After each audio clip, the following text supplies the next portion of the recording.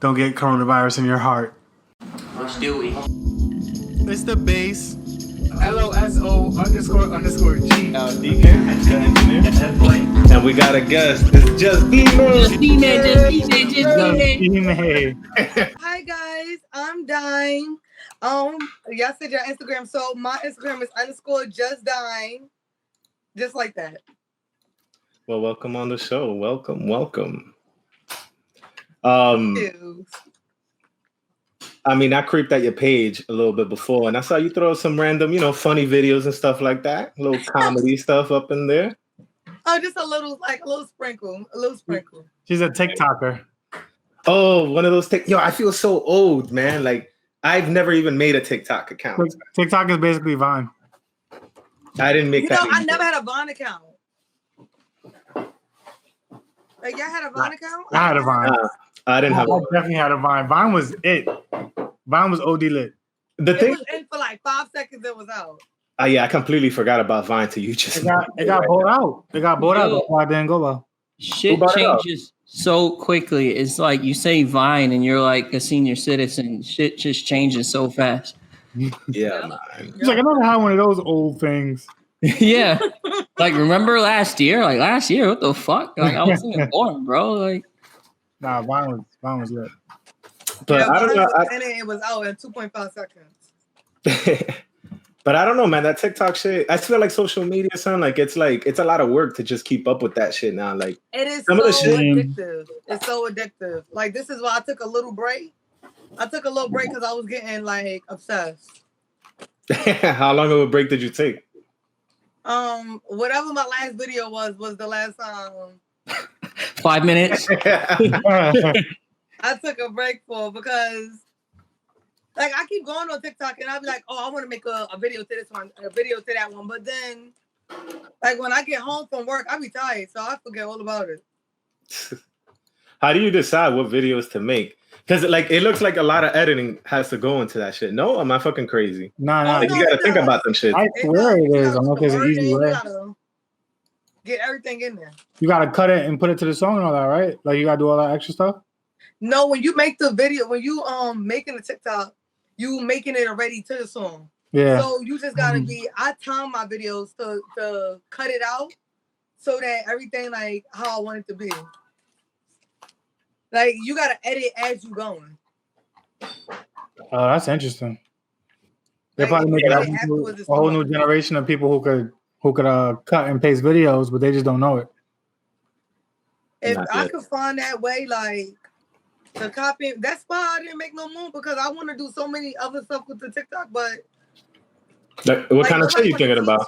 Nobody want to teach you. I need like one of these little kids to teach me because they be like TikTok pros. What kind of videos you want to make? Huh? What kind of other videos you thinking about making?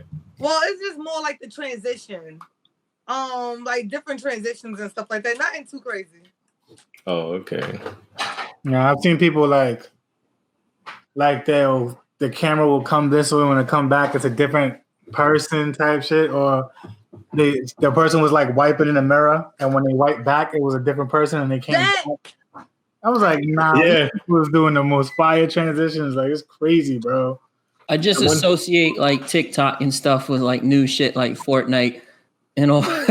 Like, it's like you play Fortnite if you have TikTok and shit like that. Like that's just how I associate it with. You just put it in that young people bag, grandpa. Basically.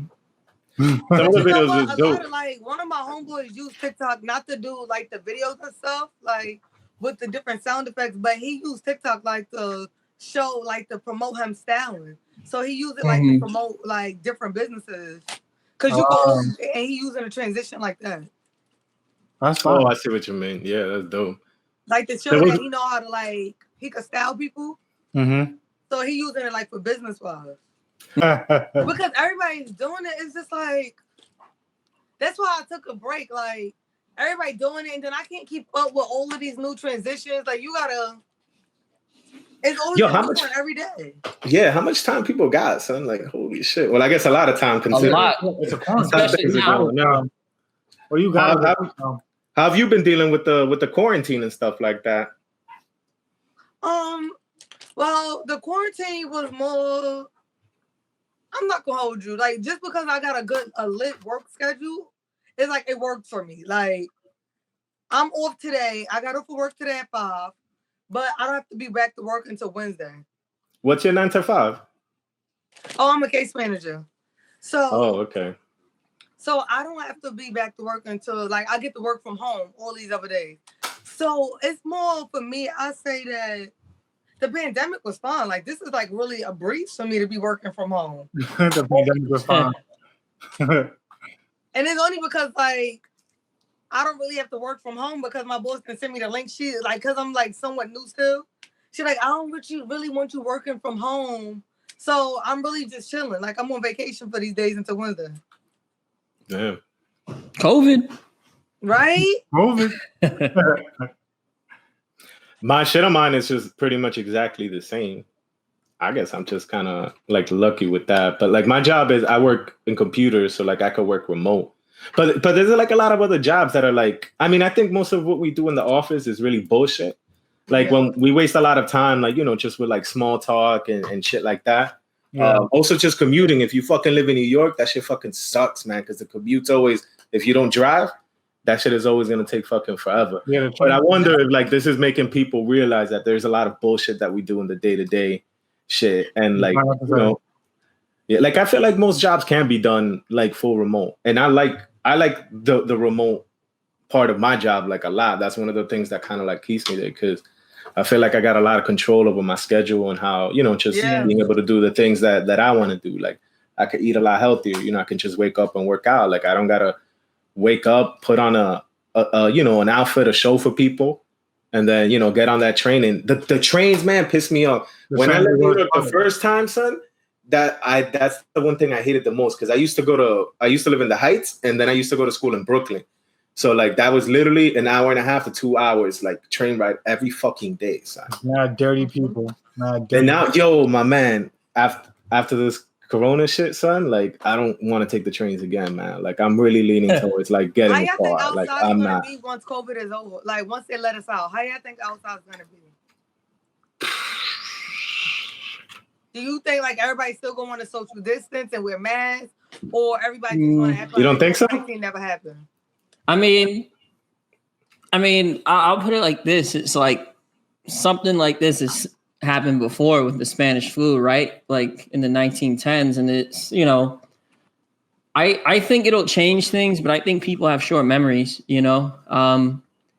It's just one of those things where it'll be policy, it'll be people's minds, maybe for the next decade or so. But like the further it gets away from it, unless we have like a resurgence, which, you know, is pretty likely, right? Like, unless that happens, people have short memories, you know? Yeah. You know, I wonder, go ahead. Oh, I feel like it's more or less like, for me, I would really hope like everybody still social distance and wearing the mask. I don't think they're going to let up on the wearing mask part because a lot of people is like right now are scared to go outside. So even if they let us outside, I feel like everybody's still going to be wearing a mask, but they're going to be around their friends, but they still going to be aware of what's going on. That's what I feel like is going to happen. Like it's going to so it'll just be like Asia. Yeah. It'll just basically be Asia because like when you go to like Korea and places like that, like wearing masks is normal. Yeah. Like if you're sick or if you have a cough, it's socially expected to like wear masks. But I think that's why this shit will kind of like, you know, fly to the wayside a little bit just because it's like we have a different culture. Like American culture is very much about being, you know, individuals, like people who want a social distance will, but others will just be like, yo, fuck that. Or like in other countries, it's like they have a sense of community where they'll just be like, okay, you know, we're going to social distance for however long we need to. Where here it's like some people may do it, some people may not, like, you know. No. Yo, do y'all think people is gonna leave cities? Do you think there's gonna be like a little wave of just like people leaving cities like really, really fast? Some people I know left already. Like permanently, not like yo, people are going to their second or third homes It's just like, yo, we're out of New York. Out of New York for or good. Whatever the city's for good. Yeah. Some people for sure. Like in my line of work, I know some people who are already doing that, right? But it's like they're not cutting ties to the city. It's like if they have a place here, they're just going to buy a place somewhere else and keep the place here, either rent it out or like they're not going to abandon ties to the city just because, you know, they always want the option to go back and there's money here. People go where the money is. So as long as New York City and cities remain sort of the epicenter of, you know, professional life and things like that, like people aren't going to leave, or if they leave, they aren't going to go far, you know? Mm-hmm. Yeah. Mm-hmm. You know, I saw some shit about on the Patriot Act where they were talking about specifically, it had to do with like housing and how they expect like a crisis to happen after this COVID thing is over, specifically pretty much an eviction crisis. Mm-hmm. Hell yeah. What? So my job is, I'm a case manager, right? And I work with DHS at a men's shelter. And we was just talking and we was just like, literally today, and we was just like, we feel like it's going to get, all the shelters is going to get overpopulated because a lot of people is not taking COVID-19 seriously. So you got people putting everything on hold, like, oh, I don't want to pay my rent, so I'm going to put my rent on hold.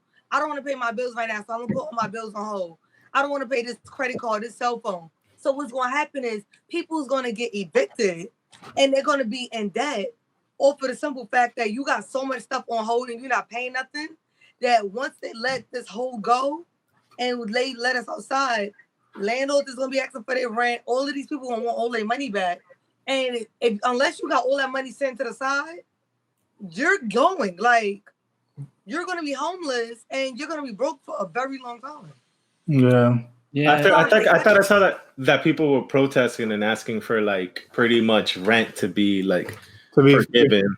But the whole problem with that is just like the federal. Yeah, no, like good luck, because like if I'm not mistaken, like all of those things being taxed is like pretty much where we get a lot of our money, and it's because like a lot of other sources of income have been exhausted and stuff like that, and it's just like the only way to kind of allow that to happen is if and Edwin, you know more about this money shit. It's like if the federal government kind of steps in and just gives that money, but it don't look like they doing any of that shit because this ain't fucking Christmas, as one of them motherfuckers said. Yeah, well, there's a $3 trillion bill that actually passed the House, another like coronavirus relief bill, but it's going to get shot down in the Senate. So like House of Representatives is controlled by Democrats. They passed the bill, but it has to go through the Senate, which is Republican controlled, and that shit is dead. Like what you said, like they said it's going to be dead on arrival. Even on the Congress floor, they were like, "Yo, it's not fucking Christmas," and I was like, "Oh shit!" Like it's not Christmas. I was like, "Well, it's not now, especially like you know." It's going to be interesting how it's going to play out. The stimulus check part 2. Yeah, well, not just stimulus check. It's like a whole nother $3 trillion. So like, it's going to be like another check, et cetera, et cetera. Like for example, even the check, like people say, oh yeah, the government gave me $1,200. Really, that's just like a tax credit or a tax deduction rather. It's just that what they're doing is that they're accelerating it and giving out the tax deduction in cash. But whenever you file your taxes, you're going to have to say that, okay, I claim this deduction. Mm-hmm. So, you know. Okay, you look at it like, oh shit. Yeah, that's all it is. It's like people. I mean, it is basically free money. Free money. Like I mean, stimulus thing. I mean, it is free money in a sense, but it's like the way they're doing it is like they're deducting from your taxes and giving it to you in advance, so you have to claim it in the future on this year's tax return. So that's, you know, it's like a technicality, but it doesn't really make a difference. What's crazy is that a lot of people are making more on unemployment than they would otherwise. I actually know a few people that is the case, and that's crazy. Like that's fucking crazy, bro. They're making way more doing like getting unemployment than having an actual job. Yup. Yeah, because I mean that's how shitty they're getting fucking paid, son. And it's even worse in like smaller states like New York. That's not like a huge thing. Like there's some people in New York, but if you go to like the South, Midwest, shit like that, where their minimum wage is really low, like everybody's making more money not working than than working. The guys at my job said, I'm thinking about maybe I should quit and just go on unemployment. And I'm like, I wouldn't do that, but one of my coworkers said it's 26 million people on unemployment. So I think that number's like up to 30 something now, like 33 million, right? That's only because they giving you your regular rate of what you would get on unemployment on top of an additional $600. Yep. But they're gonna end that like the end of June or July. Yeah. They might extend it, maybe, but that's a big if. If they extend it, then that means we're not getting outside. If they extend that, then that means we're not coming out. Yeah, that's how I look at it. Crazy. I'm fine in the crib. So y'all ain't had no summer plans? I wanted to throw a few parties, man. That's kind of like the thing. That's what we do. Yeah, I wanted to throw parties in the back, son, in the backyard, yo. Yup. That's what I wanted to do. Well, you can still do that with 10 people. Nah, fuck out of here. I don't trust them. I'm wearing a fucking bubble suit. Not trying to get cancer. Like, come on. Out of here. Nah, yo, I actually know some people that keep hitting me up, like friends of mine that live around here. Like, yo, we're linking up. But they work in the hospitality industry, and they've been taking trains this whole time. So like they're not like even worried about that shit. And they're like, no, we're outside. I was like, no, man, I don't want to die young. No, I'm good. Like you guys are fine. They're just living with COVID. Fuck that. There's people still out there partying, like full parties, and I'm like, I don't know how y'all doing it, bro. No, yeah, that's fucking nuts. Together, but I'm not like that was like 5 of us. Like, you went to a party? No, it wasn't a party. Anything more than 3 people is four people's a party now. No, it was like a little cute get together with some food and like shots, and that was it. Like that was there music? Only for her to dance and say happy birthday. Check all the markers of the party. Or the check for COVID to enjoy himself. Yeah, I know, right? It's the new event, brunch and COVID. Brunch and COVID. Right? Everybody bring your own mask. I think I'm about to order this mask. Like it got a zipper in front of the mouth, so you never gotta take your mask off. You just unzip your mouth, and I want that. Wait, what? That defeats the purpose of having a mask. But you never gotta take it off to eat or drink. Like, I mean, I guess. Son. I just imagine like here's what I'm guessing. It's like the amount of money they're gonna charge you to put a zipper. You could have just pulled your mask down and saved your money. Etsy guys for like $7.99 either way. $7.99. Yeah. Well, they're selling surgical masks around here, probably cheaper. Nah, man, I've been seeing mad people with some dope ass masks now. 20 masks for like what's that, like $10, $15? They sell them little blue masks. I don't want that. Nah, but the whole thing is, it's just like, even with, if I'm not a fucking doctor or whatever, but what I remember is that them saying that the material and how the mask is made matters, because it's just like, if you're just putting a cloth over your face, like that's not going to prevent like the virus from like going through. So you have to have like specific masks. Yeah. So like I see people. That's what a lot of people's doing. A lot of people's going to all of these spots, and they're not like. Not everybody's getting a medical mask and the mask that the doctors and the other physicians will wear, but people just get like these little regular black masks. I've been seeing a lot of people with like just this black mask with no filter, no nothing inside. It's just a regular fabric mask. And then grandma does. You're not protecting yourself from them. You just cover your mouth. That's it. And our granny's in the hospital because you want to be cute with your mask. It's crazy out here. Right, like I made sure I at least got the mask with the filter and everything. Like it's COVID certified. Like I'm ready. COVID certified. It has the fucking check. Yeah, it says on the side. It says COVID. It says Corona. Oh no. Branded. It's made by them. Made by Corona. Got the Corona. Made by the 5G alien. Yeah, it says Corona. I said thank you. I'm protected. Wait. Oh man. Did you have anything planned this summer?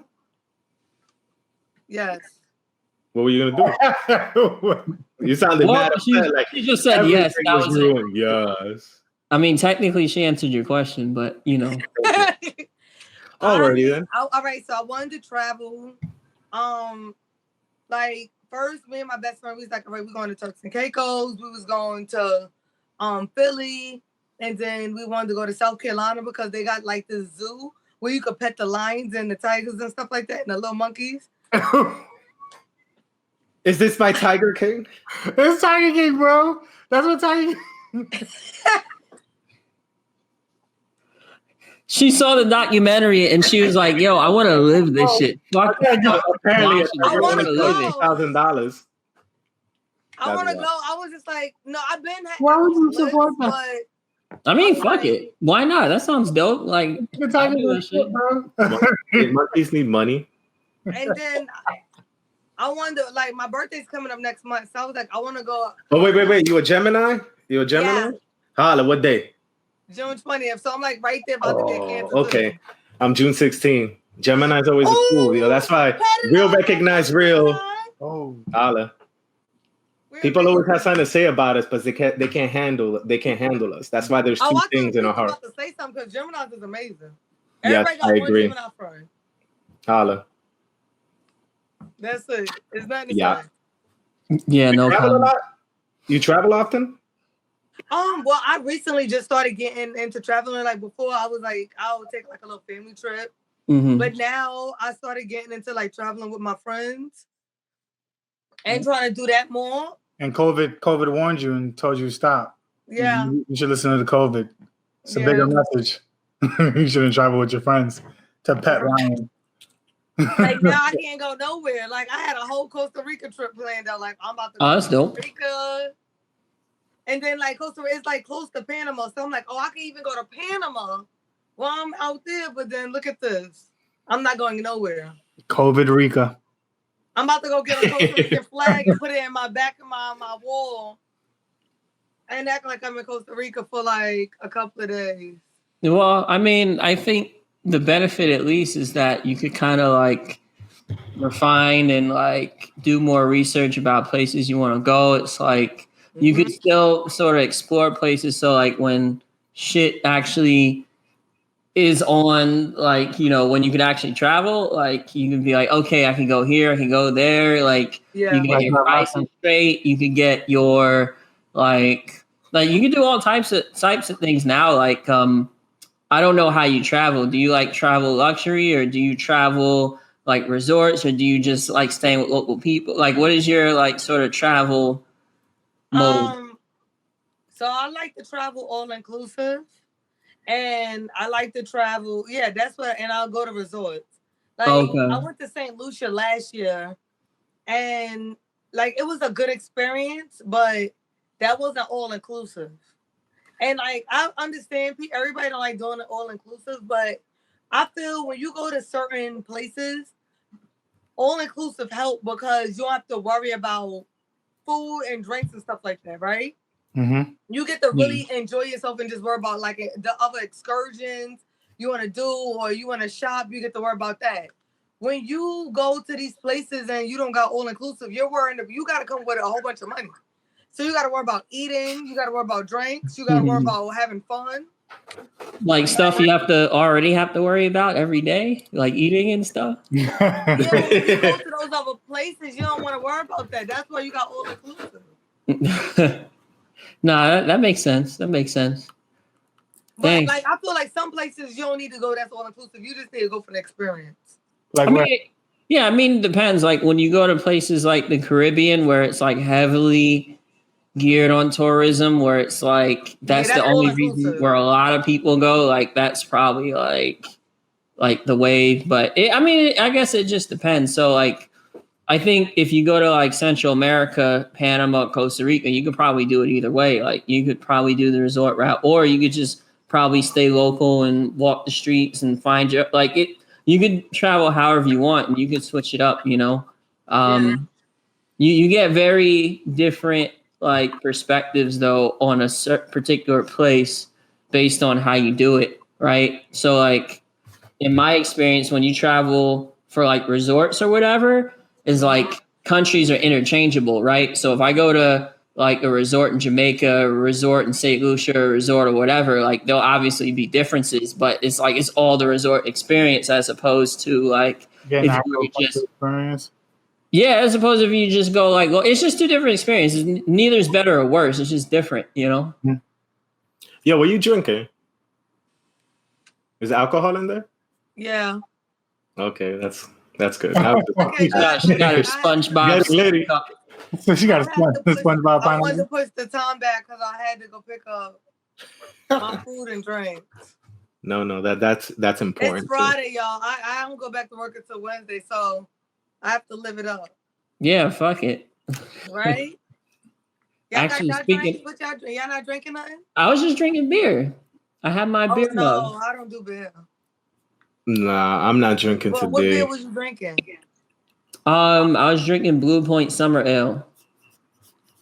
Okay, sounds like some white shit, right? It sounds like yeah, it is. It's made in the islands. Anything with a name is too long. Blue Point Summer Ale sounds made up. Sounds white. Bro, all beer made in America is white by definition. Like Yingling, like come on, son. Like everything is. Yingling sounds like it's from Caucasian. Pittsburgh.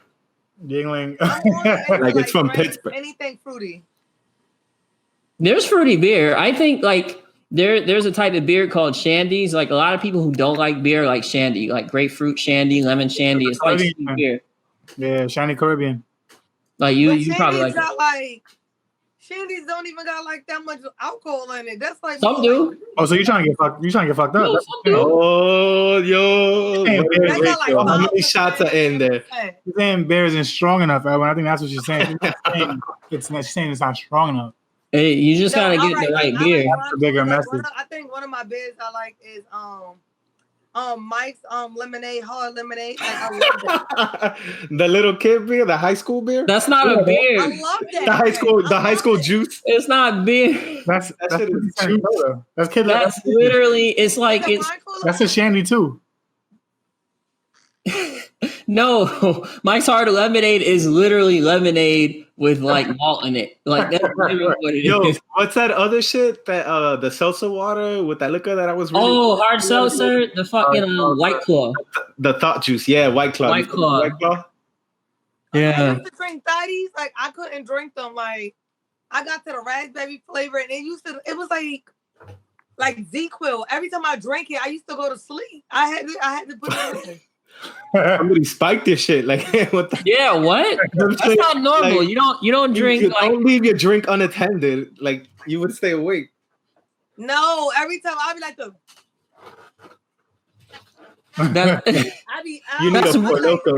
100% roofies. That's not legal. That's not legal.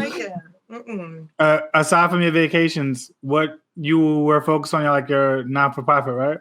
Yeah.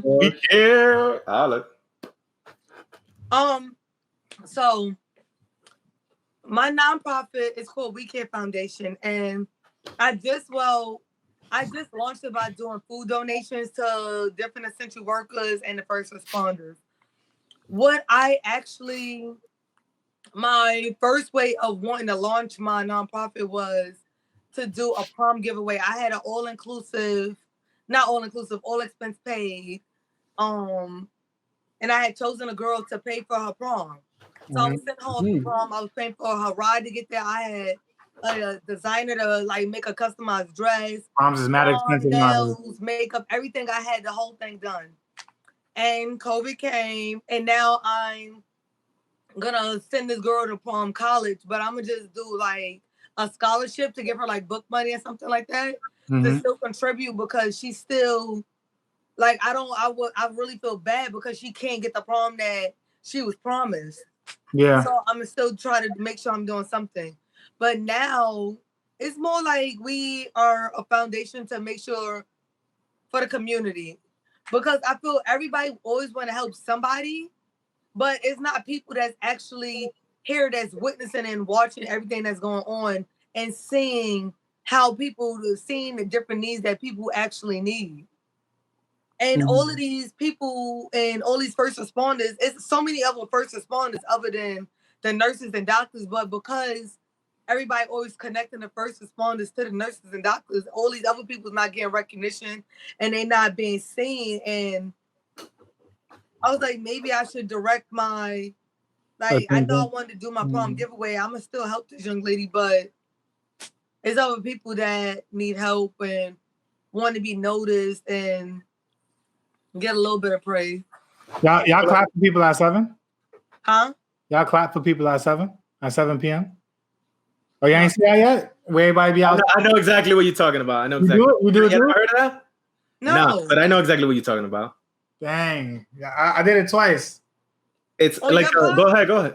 Only because I was outside and I was like, shit, everybody clapping. I don't want to look like the nigga who don't give a fuck. Started clapping too. No, I never, like, on my block, it's quiet as hell. I ain't never heard nobody clapping on my block. Oh, no, in my neighborhood, it's mad quiet. I was in Crown Heights, and they just happened to be clapping at the same time. So I was like, yeah, let me clap. What part of Crown Heights were you in? I was on Nostrand. Okay. Yeah, no, nobody on my block was clapping, so I ain't even know about this. Yeah, they clap at 7 for the essential workers. Yeah, I found out about that recently. My fault, you were saying? No, they do it a lot in Park Slope. Like people bang on pans, people clap, people are like, it gets loud. Like around Grand Army Plaza, I would walk around there and people are loud. Like people are banging pans, people are clapping, people are yelling. Like, and when I was seeing commercials for it, and I was like, yo, I don't understand the point of this commercial. And then I saw it in real life, and I was like, oh, I didn't know that the commercial was connected to the essential workers, and they do it every day at 7 o'clock. So what commercial were you watching, bro? That was a terrible commercial. Nah, it was an essential worker commercial. They was like thanking everybody for working during this whole COVID shit. I don't know how they made a commercial so fast because, they making commercials like maybe they had it already. I mean, they don't have shit else to do. They had it already. Maybe this is the plan all along. My next donation that we're doing is tomorrow. So we're donating to the first responders at Rikers Island. Oh, that's cool. To the medical. What was that phrase for? Huh? Yeah. So wait, hold on. So when you first started the We Care thing, what was your intention of it? Because it seems like the stuff you're doing now, right? It's like it's more, you're looking at a need that maybe what you're doing now. It seems like it wasn't necessarily part of your initial plan, but once this COVID thing happened, you kind of saw like, oh, this is something that I want to do, and then moved into that. Is that right? No. Or no? Oh, fuck, I'm wrong. That was always your plan with the We Care thing? So, big chop like me. Helping out and donating food to the first responders added on, but We Care is founded on giving back and for the community, and was already planning to do different outreach programs. It just so happened that COVID-19 came to where we was able to launch that first to get our name out there, and then we would have to convert back to prom season. With people now, I know people still probably gonna go outside with their prom dress and act like they're going somewhere or whatever, and that's how it's gonna be. It's just bad that this young lady don't have her dress. Yeah. So how did you how did you come up with the idea of starting a nonprofit, and what motivated you to do so? Caring. Yeah, I'm always thinking about other stuff, and I am very caring, and I always like to help people. Like I was just asking Loso earlier. I was just like, do you have shoes? Like I need sneakers. Like I have a client, and I really hate people like seem like they don't have it, even though like I could just be like the most craziest person and loudest person, but I'm always like very observant and always like to help people. So that's where it came. Like I was talking to my Les. And we both wanted to like do a program and launch something together, but that went elsewhere. And I carried on with it to make sure it got to where it was supposed to be, because we both had an idea to make sure we're helping people. But I more or less wanted to stick in Brooklyn. Like I felt like a lot of people don't help Brooklyn. A lot of people go to like the city and want to go to soup kitchens, and nobody's coming out to Brooklyn, or they're going straight to the hospitals. And you got people that's in, like now me working in the shelter, it's people in shelters that you be like, oh yeah, they homeless, but they're not homeless like the street homeless. They're homeless because they got evicted, they lost their job, they were just down on their luck. They don't have no shoes, they don't have no clothes. So it's like more or less people always need. And it's like my foundation can help those people if I'm able to. Okay. It's like you're looking out for the people that are forgotten, basically. Yeah. Like, is either a super extreme where you want to help like the people who are in soup kitchens and stuff, or you're like not helping at all and you're trying to get the people in the middle. Yeah. Yeah. So how do you raise money? Some shoes, Edwin. Give us some shoes. Like I'm trying to figure out like a way like how I can really get a whole bunch of donated shoes like from these brands or whatever and bring it to the shelter and bring it to these shelters for guys, because I understand you're homeless, but I know a lot of people probably still got their pride and don't want to accept donated shoes or don't want shoes that was used before. They want brand new shoes and brand new clothes. And I'm just still trying to figure out like what companies can I email and how to get this and bring it to all of these different shelters for these guys, because some of them don't have nothing. And some of them, when they leaving, they got all of their clothes and garbage bags. So they need suitcases, they need shoes, they need a lot of different things that we would never think about because we have that. We have those things. Well, what I would recommend in that particular, if you're wondering who to email, I wouldn't wonder so much about who to email. I would just email everyone. Yeah. Like just when it comes to things like that, it just makes sense to reach out to as many people as possible. But when you do so, you don't want to just like ask them for something, right? You want to make it seem like you want to have a plan, right? So even if it doesn't work out like you intended, you want to say, okay, I need X amount of things for this reason, and this is how I feel we'll do it. And you'll probably get mostly no's, but you might get a yes. And the worst people can say is no. So I would just reach out to as many companies or as people as possible, and I'm pretty sure you'll gain traction, especially when it comes to like donating stuff. Like companies like doing that because a lot of times it's good PR, it's a tax write-off, whatever. Do you have any do you have like anything specific to your foundation, like a website, web page, Instagram, anything like that? Oh yes, we have the Instagram. Plug it. I need somebody. It's We Care. There's We Care Foundation. It's all together. And it's _2020. I would I don't know how to make a web page. I would really need somebody to show me how to do that. To make a website, but we have an Instagram and I just have to upload everything else. Yeah, I mean, if a web page, there's things like Squarespace, but our previous guest, she has a website. That might be a good contact. Like we could link you with somebody. Our last guest, she actually has a website, and that's basically sort of like her hub for travels, like connecting Black businesses from all over the world, literally. Black businesses. Yeah, so she would be. Yeah, let's link her. Let's link her to you after this. We'll like give you her information because she already, she has an established website and she'll probably be a good resource for you. Oh yeah, that would be great. Because it sounds like right now, like it sounds like you have good ideas and you're already active in doing things. And it's just a matter of you scaling up, right?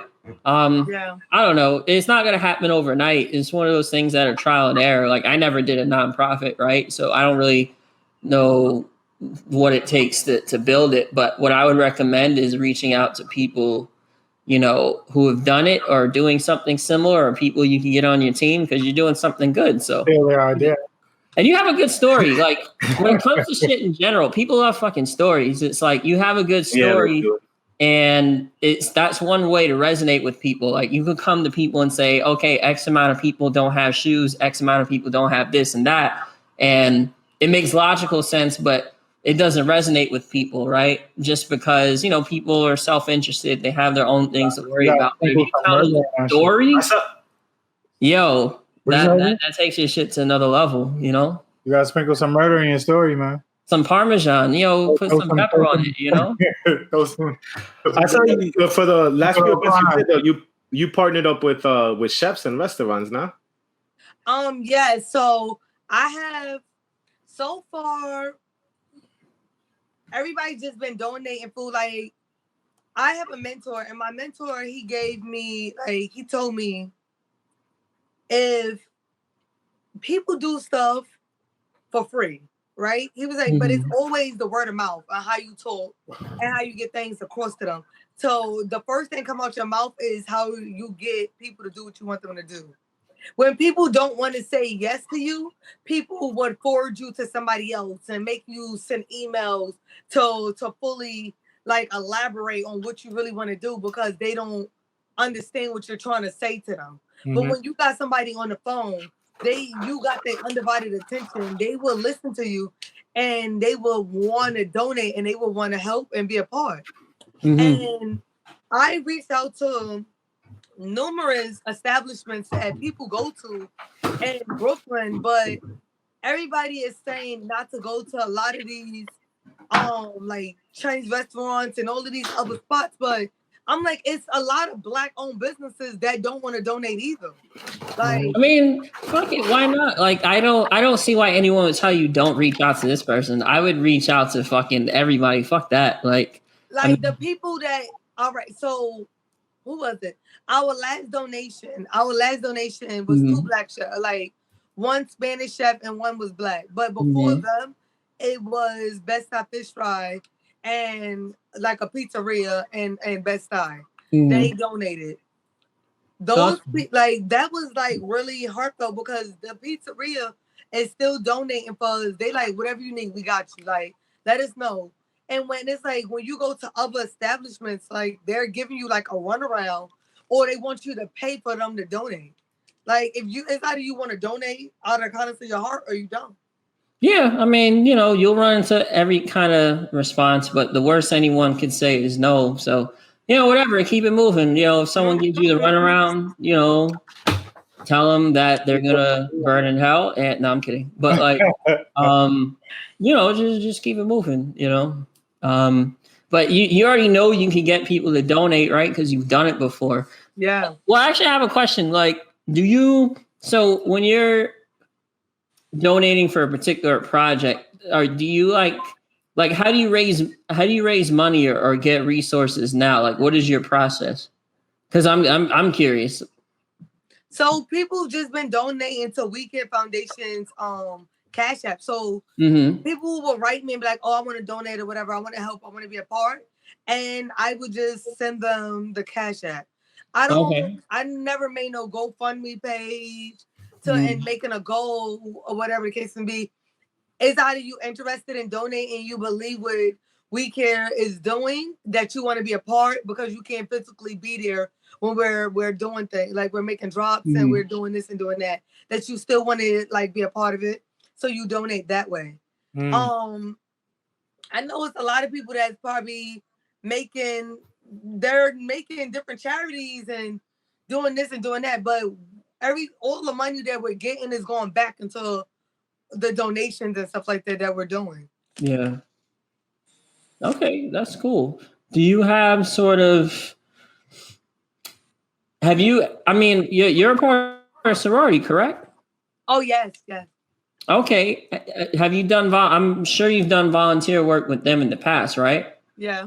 Did you get some of your inspiration from there, or have you volunteered with any other organizations through that, or in general? So, I'm a part of two organizations. So I'm a SG Row and I'm a Eastern Star as well. Oh, okay. And okay, I'm familiar with that. And I'm not. Is the order of the Eastern Stars? It's a Masonic. To the Masons. Oh, you're like a free mate. You're not supposed to be talking about this shit, right? They're gonna fucking kill us. Oh no. They're not gonna kill you. It's a secret society. She's like, they're not gonna kill you. They're gonna kill your family. I would say some of the projects that with Sigma Gamma Road that they did, I wanted to I would say I wanted my organization to sponsor with them to carry it out to make it be more. So we have one project that is called Operation Big Book Bag. And I wanted my organization to collab with them to donate and make more book bags and expand our territory throughout Long Island because our chapter is chartered and we service from Valley Stream to Montauk Point. And I wanted to make sure we have more book bags to not just give to like one school and giving like book bags for the school year, but we're giving to like maybe 3 to 4 schools that need. So I'm like, maybe like it started from there with them, but then it was more or less like, it's more that you could do when the sorority year is over. It's more that could be done. And that's where I came to my organization. But how did you get a haircut during COVID though? That's just killing me right now. How would I get a haircut during COVID? You got a whole fresh cut. This is crazy. Bro, she's the Eastern Star. She knows the she got the connection. She got the cure. She knows the COVID-free barbers. No, I cut my hair myself this time. Oh, that's dope. But I do have a lot of like everybody just been starting to give me the link to a lot of people that's cutting hair. So I got a nail salon. I got this lady that wax. I got a barber. Like at this point, they could go a whole underground life, and I'm about to live my best life. I'm about to be back myself in a few. But I'm scared. Like, what if I go to these people and I catch it? Like, I didn't have COVID all the time. Yeah, that's why you shouldn't go to those people because you're like, it's a very intimate. Those are 3 intimate things: your nails, your waxing your hair. It's like they're like you're in your space. They're definitely gonna catch something. Right. To be honest, all I really want them to do is just cut my hair. Like, I could order nails online and they could ship it to my house. I just really want my hair to be back. I just want a hairline again because this little circle thing is really not working for me. How do you cut it? You just shave? I just cut, like, I put the guards on and I just cut the whole thing. And then, like, the guards wasn't cutting as much as I wanted, so I took it off. And I just had to really have a steady hand. And then my mom had to come help me because I almost zeked myself. So, thank God for my mom. Soon enough, she's going to be like, fuck it, straight razor. Fuck it. I wear scissor hands and shit. If y'all need anybody to cut your hair, I got y'all. Nah. I'll cut your hair through like my car window because I'm not coming in the house. Nah, I'll struggle through this. Wow. Wow. You don't look that bad, Fab. Because you've been seeing me every week. If you look at what, bro, DK, if you saw my old pictures, bro, you're gonna be like, nah, it's crazy. Nah, it don't look bad. Like you need a little bit of a shape up, but that's it. Yeah. The curls is coming in though for both of y'all. The curls is coming in. The curls. Yeah. Like all I really want is my waves back and my sides faded, and then I'll be great. See, you don't got nothing to worry about. You could put your hair up in a ponytail. You good to go. COVID didn't bother you. Nah, the shit is like, it's just like I get real lazy and then I don't like detangle my hair for mad long and then it just gets like, it's just mad work. And now that it's getting hot, like it's just fucking annoying. Like, I don't know, man. I might fucking cornroll this shit just to not have to deal with it throughout the week. But it's just, fuck. I got nothing to do, so it's just like, I just keep that shit gets fucking wild, son. Yeah. Cornroll your hair, please. Damn, he's gonna look like the fucking base, bro. I'm gonna come on looking like cornrow DK. He's gonna look like Orange is the New Black character. I'm gonna look like the girls, right? Like the ones in the fucking prison. Nah, man. I got them like twice. I don't know. Yeah, I'll probably do it again. How long you was going your hair, DK? I think I'm like 3 years now. Oh shit. 3 years? Yeah, my mom trimmed it like every time I go to Florida to see her. So I've gotten it trimmed like once a year. But you know, it's just her cleaning out the ends and shit like that. So nobody else clip your ends? You wait You wait to go to your mom or? Yeah, pretty The much. way she said it made it sound real bad. Like, oh, you wait to go to your mom? Yo, I'm not paying for that shit. I didn't mean to say like. You go to your mommy in Florida? Nah, my mom is professional, man. I heard that shit. Isn't that shit mad expensive for like women and shit like that? I ain't trying to. I would not know either. I would not know how much it costs to clip ins. She has a full haircut, bro. How would she know? Yeah. My past life, I had dreads. What? Okay. What? Dreads? When did you cut your hair though? Yeah, I cut my dreads last year in January. Poor why? Oh. I wanted a fresh start, so I had my dreads all the way through middle school, through high school, when I was getting my associate's degree, and like coming out of college, getting my bachelor's. So I was like, you know what? I want a new look, and I cut my hair. Okay. How do you like not having dreads? Right. You can feel the wind now. You feel the wind touch there? Yeah, it's so much better. Like, do you know how much money I'm saving? Like, for people to retwist my hair, like I had my old stylist, she was charging me like $100 something because she was going by the length. So the longer my hair keep getting, the higher the price in 100 she was going. Damn. And now, like, I'm just paying like maybe $30, $40, $50 to get my hair cut. That's still a lot of money. $50 to get a haircut? Oh no. Okay, you gotta like go to the my right barber, barber. right? Is he goes Dominican? by this little Booksy app, and I gotta book him, and then he put tax on it. And she gets the bougie haircut. Okay, all right. And you gotta tip him on there too. You can't give him cash. Oh, you gotta go to the barber that doesn't speak any English.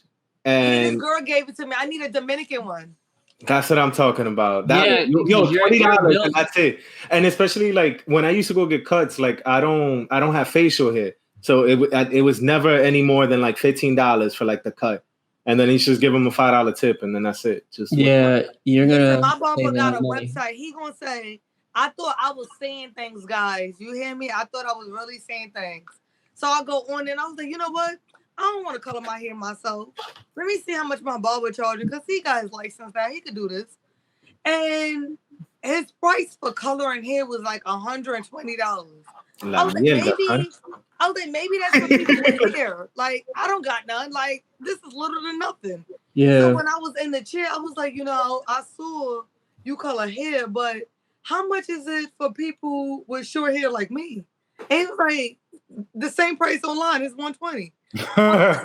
No change. He's like, well, you saw it. You know the price. Why you $140 because you asked. I'm gonna stick to my cut. Yeah, I think we're coming from a different perspective though, because it's like, you know, we grew up in, let's say, ethnic communities, right? So it's like we're used to paying like reasonable prices for like hair, like for like hair shit, but like everyone else, like even if you go to fucking suburban supercuts, they're charging like $30-$40 a pop or some shit like that. Yo, but her shit's got prices listed, an app and shit like that. That's why you're going to the fancy ones and they're charging you for all that shit, son. My barber is just you show up and that's it. And the price his barber is homeless. His barber is homeless. His barber said, you may not see me next week, or you may. Yeah. You see if I'm here. He had COVID last year. Like, that's how first serve. I don't know. Like, I know my barber is cutting hair. He can't tell me he's cutting hair because I saw one of his clients with a fresh cut and a new hair color, and I was like you should have asked how much you charge. But I'm like, I know how my barber cut hair. And I'm like, he probably gonna up the price though, because it's like, oh yeah, especially because of COVID. He's like, yo, I'm getting cancer. I'm charging you $300, like $100. And you know what? My barber already know I'm always late. Anyways, like I could make my appointment for like 7 o'clock.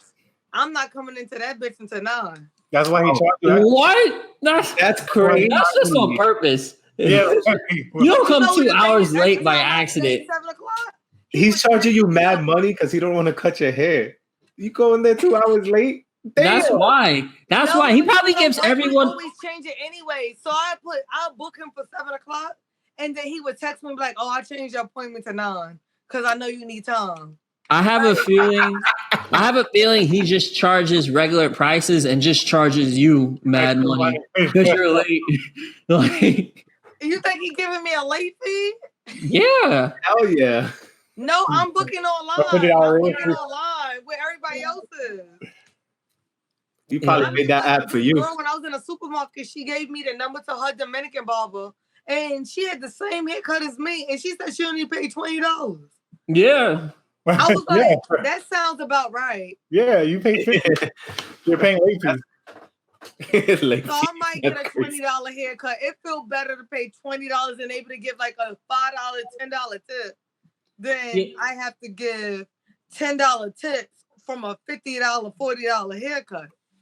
Yeah, if you're gonna pay a fuck ton of money and you keep your hair short, you might as well just cut it on your own. Like, if you're not gonna go to a cheaper barber, you might as well just. If my barber gives a class on how to really cut your hair, like, YouTube. Yeah, YouTube. Like, YouTube showed me how to zeke my hair. Okay. That's how you fuck your hair up. YouTube that fuck your hair up. Yes. First of all, they don't teach you how to really fade your sides. Like, I'm so used to my sides being faded. I ain't seen my edges in forever. So it's like, wow, I got hair now. I don't know what to do with this part. I'm so used to just this. Like, it's because you came late. Yeah, so at this point, I'm just growing hair and just coloring it every other week. Once I start seeing the blood. How y'all doing with this? Like, my shit growing out. I'm just letting it grow. I'm about to just adapt a new hairstyle and give up haircuts because I don't want to be around nobody that's gonna breathe in my face like that. Okay, right. But what if you get your hair cut and they cut your hair outside and they have a mask on? That's not gonna stop COVID. I feel like my barber's too active. Like, I feel like he's cutting hair like right now. It's his livelihood. It was the only way he was getting money, so he has to make money somehow. So I know he's been around a lot of people, and he doesn't sit still. So for me to go up on him after that, people that be like touching your face and stuff while he cut your hair. Yeah, they have to. They have to do your mustache and all that shit. So I'm just gonna wait it out and then wait for him to either survive or die, and then. Oh God!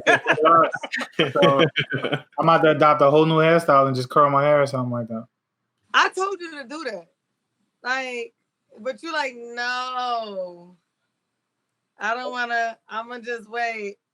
I don't like At this point, y'all in the process. All y'all guys that's letting y'all hair grow out, nobody gonna know who y'all are when COVID-19 is over and this hold is over, cause y'all gonna have a whole new look to y'all. All y'all need to do is just get a shape up. You can keep your hair like that same look. 10-4, man. Why don't y'all do shape ups, bro? Like, how hard is a shape up? He really don't really need one because his hair is grown into his shape. No, he needs it. He needs somebody to sharpen it up. No, he needs a shape up for sure. She never seen me outside of she never seen me pre-COVID, so that's probably why it's like. Okay, like, it doesn't look bad. It doesn't look bad. Pre-COVID. Pre-COVID, I used to get a haircut every 2 weeks. A shape up every other week. So now that's me. Now I'm struggling. I'm so struggling. 2 months straight without a touch of any type of razor. My hair is automatically like twisting on itself, so I might as well just continue the process and just curl this shit. Yeah, you got like my younger brother's hair. Rapper. Yeah, you're gonna get you probably get tight curls like my younger brother. I think that's what I'm gonna do. If you do get curls, use this. Buy this. Hold on. Oh man. Hair tips. Oh, hair tips from a ball. No one can tell. It's just for men gel. Hair tips from a ball girl. And when your hair's not curling, it's afroing, right? Like it's a straightened. So look. Oh yeah, but tennis racket. I gotta pick it out. Like a tennis ball. Is that a tennis racket? No. It looked like it, but it's not. And you just take it and you go like that. Oh, I know what you're saying. Okay, I've seen that before. And these right here, the things right here is gonna help it grow. It's gonna help it to like curl better than a sponge. Yeah, so basically what she's recommending is like just scrape your scalp off, bro. It's like rub my head off. I think another reason. It works. I kid you not, it works. Another reason I don't want to grow my hair out is because I'm lazy as fuck. Like just hearing Jose say, "Yeah, I don't feel like dealing with this shit." I'm not gonna feel like dealing with this shit, and I'm just gonna cut it. So if you already been like looking at like clippers, right. you know what? Like you showed me a tennis. You showed me a tennis racket. I'm already tired. I didn't even use the shit yet. Yeah, I mean honestly, you gotta go in that motion. Like I'm tired. This is tiring. My arms are ready. Like I don't even want. Damn, bro, drink some milk, motherfucker. Why your arms tired? Yeah, work out, you fucking weakling. Come on. There's probably Mountain Dew in there. He's probably drinking Mountain Dew right now. Oh no! What you drinking? Ew. Nerd drink, fucking Mountain Dew. It's water. You. His diet consists of Mountain Dew and Doritos dust. Mountain Dew and pizza. That's fucking land party food. For my food to come in, I'm good to go. So one of the chefs that donated, he making me Asian chili wings and Rasta pasta. So you got a chef? Huh? You got a chef and a personal barber? No, the chef that donated, he wants them. We care. Bro, she's free basic. We care over here. Right? Thank you for caring. You got a chef and a personal barber. They out here making sure I'm good. Gotta make sure I'm doing these drops. So do you have like any, outside of volunteering and working, do you have any hobbies or passions or anything you want to get into? Oh, well, guys, I used to have a podcast as well. It was a radio show. Okay. I was in college and it was called The Chatterbox. Oh, that's dope. That's dope. What was it about? It was about everything. So I used to gossip. We used to have a whole bunch of people come on and do like different relationship talks, or talk about life, talk about music, talk about fashion. And then I graduated, and my co-host she's graduating now. Oh, okay. So like she got so busy and wrapped up in schoolwork, so we didn't continue with it. But I'm thinking about like doing some type of live thing because. Mm-hmm. And not making it the Chatterbox, like I'm gonna just use my name and call it Dime Time. And Dime Time. Dime Time. Dime. And do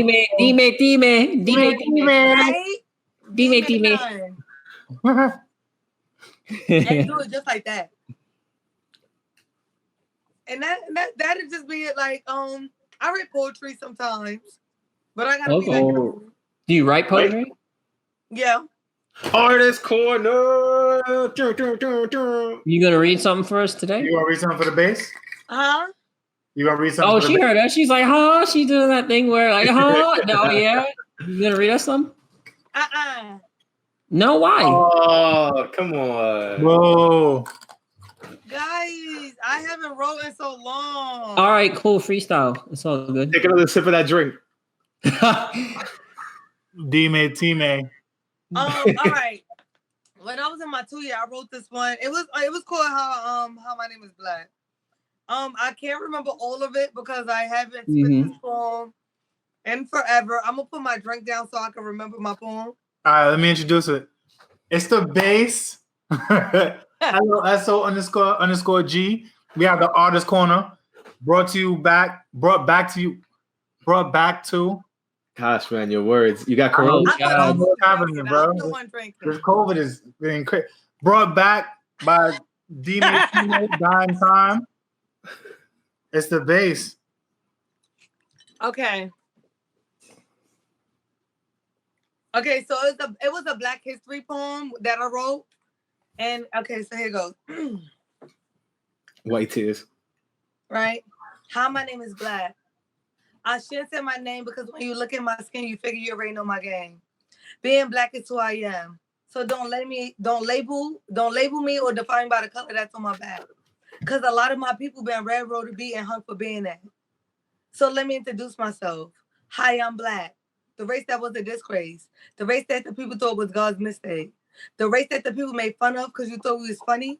So you came up with the Jim Crow laws because you thought we was dummies. We knew being separate wasn't equal. And guys, that's all I can remember. That's dope. That was dope though. Funny and dummy. That's what a rhyme scheme. Right? Like I write poems, but I don't recite them. Mm-hmm. Because like I get nervous. So when I get nervous, if I recite them, I'm gonna start speaking really fast.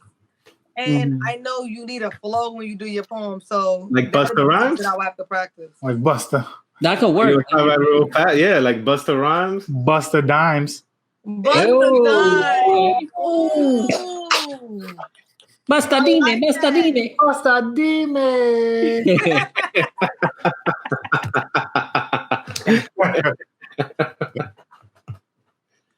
Oh man, right. That's funny. But that was about it. What hobbies do y'all got?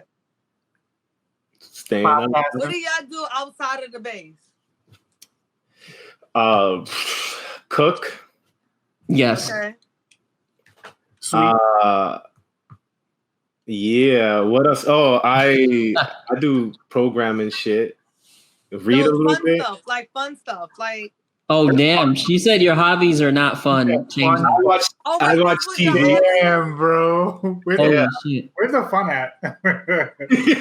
Watch TV. Okay, what you watch? Oh, what don't I watch, man? Segue to your favorite show. Here we go. You watch Insecure? Of course I fucking do. Yeah. Yo, what team you on? Whose team you on? Molly. Oh my God, you do? Okay. I'm on Molly's team. Okay, all right. I'm team Issa. Oh gosh, why? Okay, so all right. She's a normie. Because I feel like I'm just like Issa. Like you want to make a difference in your community. You got your hands in like mad different cookie jars because you're talented in so many different ways. And at the same time, I felt Issa when she like her ex Lawrence was dating. Lawrence. Go ahead, sorry. Her ex was dating this girl, and she was like, I feel like her like she is reaping the benefits of what I did. And I was like, damn, that really do happen. Like you can really believe in somebody, and then what kind of toxic is that? Then I was like, I'm on Issa's side because of Molly. Like Molly's one of them hating ass friends. Nah, yo, like she's all hating on Molly. She's so used to Issa being one of those friends that always need help. She never she thinks so little of her. Is Issa why you cut your hair? Oh, did that inspire you? No? No, this was just I need to be liberated. And this is why I was like, let me just go cut it. Bro. And be a Boldy. She liberated herself. But if I knew that being a Boldy was expensive, I would have kept the loud. That's funny. So what? Everyone likes to beat up people. Oh, I'm on team. I'm actually I'm indifferent, man. Like I think they're both right and they're both wrong. Like there's just a breakdown of communication. Like explain. You know, you could understand where both of them are coming from. It's just like life changes, both of them are changing. And you know, maybe you grow apart for like a little bit, but they're not really like communicating. They're kind of they're too hung up on like they're each other's past, and they keep judging each other off like the past. And it's just like they're both growing. What I realized, Issa don't judge Molly. Molly judges the shit out of Issa. No, Issa definitely judges Molly fully. No. She made that comment about that boyfriend. She's just like, oh, this is just some other dude that you with, and then you're gonna break up with him. That's not judgmental. That's judging. Facts because Molly sabotages. That is judgmental. You're by you saying that you're saying that person can't change. I'm like, all right, wow, that's not judgmental. But if I feel like Molly's not used to Issa having a voice, because every time Molly says something to Issa that Issa don't like, Issa just gets like this little blank stare type of look and goes on her way. And Issa's not used to Molly having a boyfriend. Nah, man, they're both wrong. They're not communicating. But how can you communicate when somebody thinks so little of you? Like, look at it when Molly was going to the block party. Molly was going to the networking event. She pre-warned her boyfriend in a call, like, it's not gonna be what you think. So you really don't gotta do this. She's trying to do this, but like she made her seem like some little, like, oh, just more like little.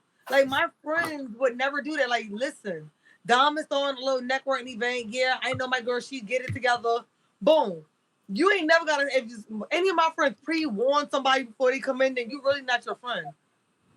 Unless it's I pre-warn about everyone else. Shit, and you just like, listen, before you come, make sure like you doing your thing because this is some type of bougie event that Dom put together, and we don't really know what like the cause that this is for, but make sure you're in your P's and Q's.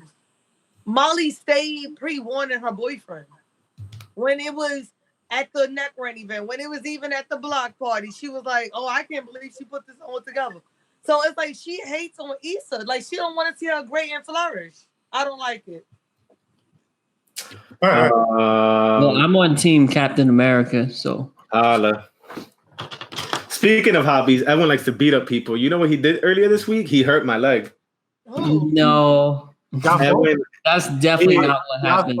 Edwin and I were training, and this motherfucker was like, "Fuck you," and he just, like, put me on the floor, and he hurt my leg muscle. That is 100. Okay, so why don't you tell the truth? What really happened?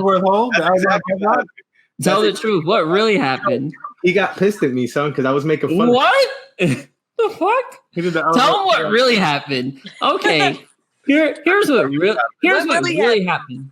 So I was teaching him. Go ahead, Ma. Go ahead, Issa. Go ahead. I was teaching him how to fall, and I was taking it real slow. And then he was doing okay, and then he was like, "Yo, throw me for real." I'm like, "Bro, like that's not what you do." He's like, "No, do it." So I don't even do it that hard. He falls and he hurts himself. He like pulls his leg or some shit. That's a lie. And that's literally what happened. Like that's actually what happened. What throw did you do? I didn't even throw him. I did like a trip. So for example, one of the first things you learn how to do is you learn how to fall. Right? There's a certain way how to fall. So you ease into it. So what you'll do is that you'll simulate someone falling down or tripping or whatever. So you don't push them hard or anything. You just let them get used to it. So he says this. He's like, "Yo, throw me down for real." I'm like, what are you talking about? And then he's like, "No, throw me down for real." I was like, all right. So I did it marginally. Harder. Right. And then he pulled his leg. That's literally what happened. There's no other version. There's no other version. That's literally what happened. You went from quarter circle forward to back quarter circle forward, and you put him on his fucking head. No. Jose was like, "Yo, do it for real, man." I was like, "What? Oh, okay." That's not. Okay, so what happened? There was some You tell a story. What happened? Yo, so we were just sparring and shit like that, and he was teaching me how to fall, and I guess he was just really jealous of the fact that I was doing it real quick. and then I got up, and then I was just like, I was like, dum dum dum dum dum dum, and then he was like, "Yo, fuck you, son," boom, and just fucking threw me, and then kicked me. He curb stomped my fucking leg. I was like, "Yo, what the fuck are you doing, bro?" And I was like, "What the hell? Hate crime, you hate me." And then I forgave him because we live in the same building. I don't want to die. George, you can. Bro, you're not worthy of my hate. Come on. Wow. I'll never hate you. The hate you give. Oh man. What about you, Loso? You been writing? Oh, y'all wrote on Wednesday. Oh, Artist Corner Part 2. All right, let's hear what you got. Yeah. Ooh. I'm not spitting mine. Yeah, No. This bum ass. I'll save it for another episode. No, I gotta post it out. It was written very, very last minute. So I wanna like work on it a little bit. Hear what you got. Let's do the intro, guys. Go ahead. Yo, this is the bass. LOSO __G. Hey, exactly. Artist Corner. Is this what we're doing? Do it. Yo, cut it out. We just wrote y'all. Why is that how I sound to y'all? So go ahead, spit your poem. Let me hear it. Let's hear it. Fiddly diddly. Get the snap, guys. Hold on, let me bring it up. I didn't name it because, like I said, I literally freestyled it. I didn't put much thought into it. So I'll give you what I got. Cheers. Okay. I pause. As I look in the self, I define what is care. I grasp on family, friends, and significant others, all extrinsic. I realize I'm not focused on the major factor. I am not focused on the major piece. What I consider the minor piece, me. I gather my thoughts. I pace. I stare at myself, the base in which I am, the core of who I want to be, not to pretend. I question. However, my questions hold no answer. My questions hold no truth. Just who am I? That's my poem. And that's the base, everyone. It was a pleasure being on your show. If y'all ever want me again, y'all know where I'm at. Wait, plug your shit. Plug your WeCare.com. Okay, so it's We Care Together Foundation Together _2020, because that's when we was established. And my Instagram is the founder is _JUSTDIME. That's it. Awesome. Thank you. All right, guys. Thank you so much for having me. Yeah. Have a good night. Stay clear.